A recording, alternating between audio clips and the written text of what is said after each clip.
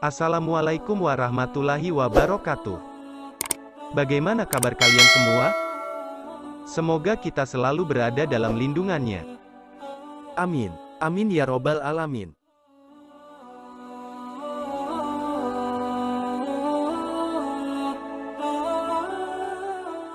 Permusuhan dan peperangan antara manusia dan setan akan berlangsung terus-menerus sampai hari kiamat.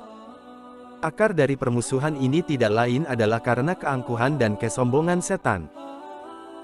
Dan hal ini bermula ketika ia enggan bersujud kepada Nabi Adam alaihissalam. Sebagai bentuk penghormatan kepadanya. Banyak ayat-ayat Al-Quran yang memberi peringatan kepada kita, agar kita selalu waspada terhadap bujukan setan. Keterampilannya dalam menyesatkan manusia sangatlah luar biasa, yaitu dengan ketekunan dan semangatnya yang tinggi. Bahkan di detik-detik kematian seseorang, setan masih terus saja menggodanya. Agar orang tersebut mati dalam keadaan tidak membawa iman dan Islam.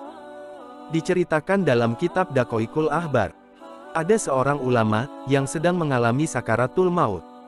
Kemudian dia didatangi setan yang berusaha membujuknya agar dia keluar dari agama Islam. Bagaimana kelanjutan ceritanya? Simak video berikut.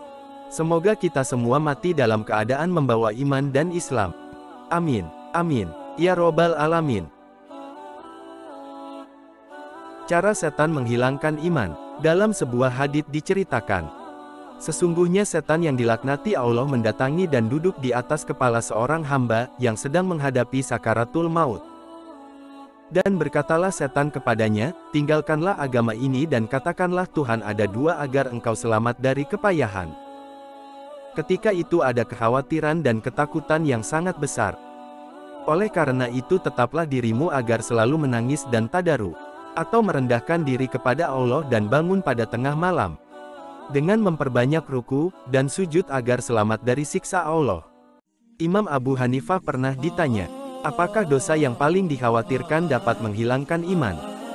Dia menjawab, meninggalkan syukur atas iman, meninggalkan takut mati, dan berbuat zalim terhadap sesama. Maka orang yang dalam hatinya ada tiga sifat tersebut, biasanya ia keluar dari dunia sebagai orang kafir. Kecuali orang yang mendapatkan keberuntungan.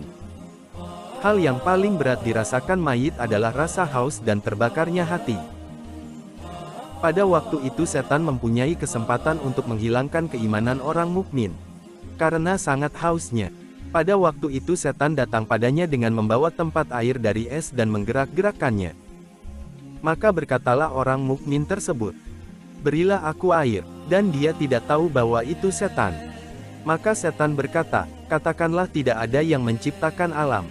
Maka engkau akan kuberi air. Jika orang itu beruntung maka dia tidak menjawab. Kemudian setan datang pada telapak kakinya dan menggerak-gerakkan tempat air. Setan itu lalu berkata, katakanlah, Rasulullah adalah pembohong. Maka engkau akan kuberi air. Jika orang itu celaka, dia akan menurutinya. Karena tidak sabar dalam kehausan, dan dia akan keluar dari dunia sebagai orang kafir.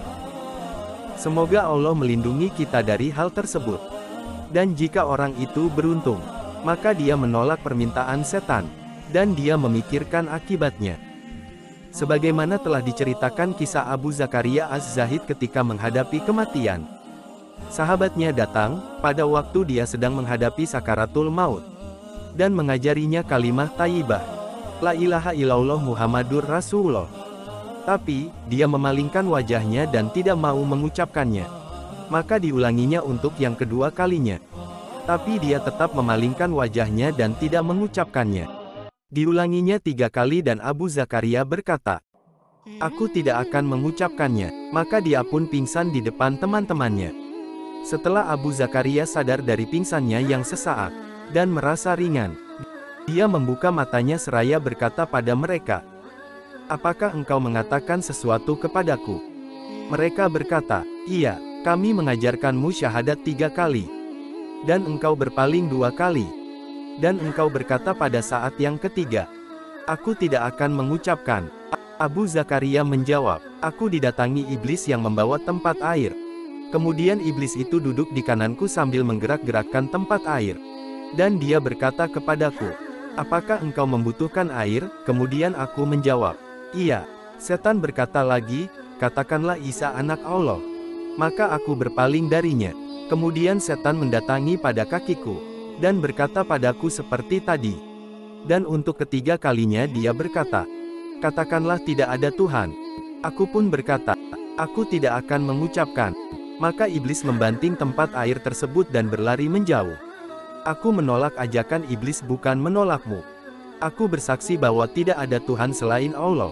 Dan aku bersaksi bahwa Muhammad adalah hambanya dan utusannya. Diriwayatkan dari Mansur bin Ammar, ia berkata, ketika telah dekat kematian seseorang maka keadaannya dibagi menjadi 5, yaitu 1. Hartanya, untuk ahli warisnya. 2. Ruh atau nyawanya, untuk malaikat maut. 3. Dagingnya, untuk cacing tanah. 4. Tulangnya, untuk tanah. 5. Kebaikannya, untuk para musuh dan setan yang akan menghilangkan keimanannya. Lalu Mansur bin Ammar berkata lagi, ahli waris pergi membawa harta. Malaikat maut pergi membawa ruh. Cacing tanah pergi membawa daging. Dan musuh membawa kebaikan. Hal itu boleh-boleh saja. Tapi jangan sampai setan membawa iman. Atau memisahkan kita dari agama Islam. Karena pisahnya ruh dari jasadnya itu bukanlah pisah dengan Tuhan, dan tidak ada yang tahu setelah itu. Maka rugilah orang yang kehilangan keimanannya. Semoga kita mati dalam keadaan membawa iman dan Islam.